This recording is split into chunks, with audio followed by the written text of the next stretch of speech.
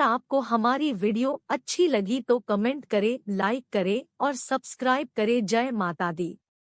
प्राचीन समय में राजा सुरथ नाम के राजा थे।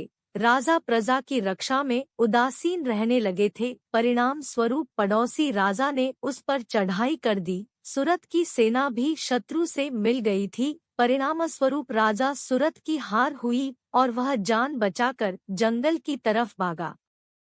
उसी वन में समाधि नाम का एक बनिया अपनी स्त्री एवं संतान के दुर्व्यवहार के कारण निवास करता था। उसी वन में बनिया समाधि और राजा सुरथ की भेंट हुई। दोनों का परस्पर परिचय हुआ। वे दोनों घूमते हुए महर्षि मेघा के आश्रम में पहुँचे। महर्षि मेघा ने उन दोनों के आने का कारण पूछा तो वे दोनों बोले कि हम अपने सगे संबंधियों द्वारा अपमानित एवं तिरस्कृत होने पर भी हमारे हृदय में उनका मोह बना हुआ है।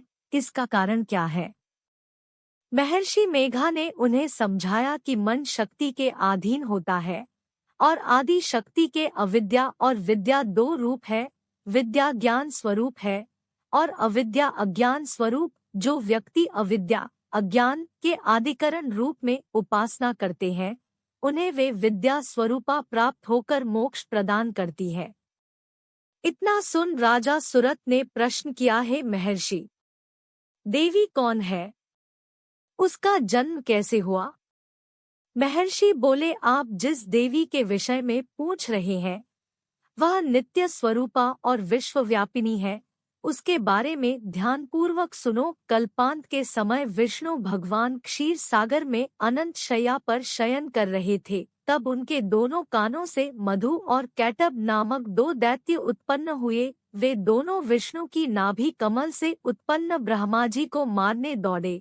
ब्रह्मा जी ने उन दोनों राक्षसों को देखकर विष्णु जी की शरण में जाने की सोची, परंतु विष्णु भगवान उस समय सो रहे थे। तब उन्होंने भगवान विष्णु को जगाने हेतु उनके नयनों में निवास करने वाली योगनिद्रा की स्तुति की। परिणाम स्वरूप तमोगुण अधिष्ठात्री देवी विष्णु भगवान के नेत्र, नासिका, मुख तथा हृदय से निकलकर ब्रह्मा जी के सामने उपस्थित हो गई। योगनिद्रा के निकलते ही विष्णु भगवान उठकर बैठ गए। भगवान विष्णु और उन राक्षसों में 5000 साल तक युद्ध चलता रहा। अंत में मधु और कैटब दोनों राक्षस मारे गए। ऋषि बोले, अब ब्रह्मा जी की स्तुति से उत्पन्न महामाया देवी की वीरता तथा प्रभाव का वर्णन करता हूँ, उसे ध्यानपूर्वक सुनो। एक समय देवताओं के स्वामी इंद्र तथा दैत्यों के स्वामी महिषासुर में सैकड़ों वर्षों तक घनघोर संग्राम हुआ। इस युद्ध में देवराज इंद्र की पराजय हुई और महिषासुर इंद्रलोक का स्वामी बन बैठा। अब देवतागण ब्रह्मा के नेतृत्व में भगवान विष्णु और भगवान शंकर की शरण में गए। देवताओं की बातें सुनकर भगवान विष्णु तथा भगवान शंकर क्रोधित हुए। भगवान विष्णु के मुख तथा ब्रह्मा जी और शिवजी तथा इंद्र आदि के शरीर से एक तेज पुंज निकला, जिससे समस्त दिशाएं जलने लगी और अंत में यही तेजपुंज एक देवी के रूप में परिवर्तित हो गया।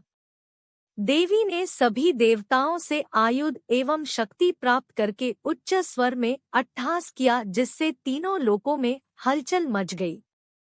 महिषासुर अपनी सेना लेकर इस सिंहनाद की ओर दौड़ा। उसने देखा कि देवी के प्रभाव से तीनों लोक आलोकित हो रहे हैं।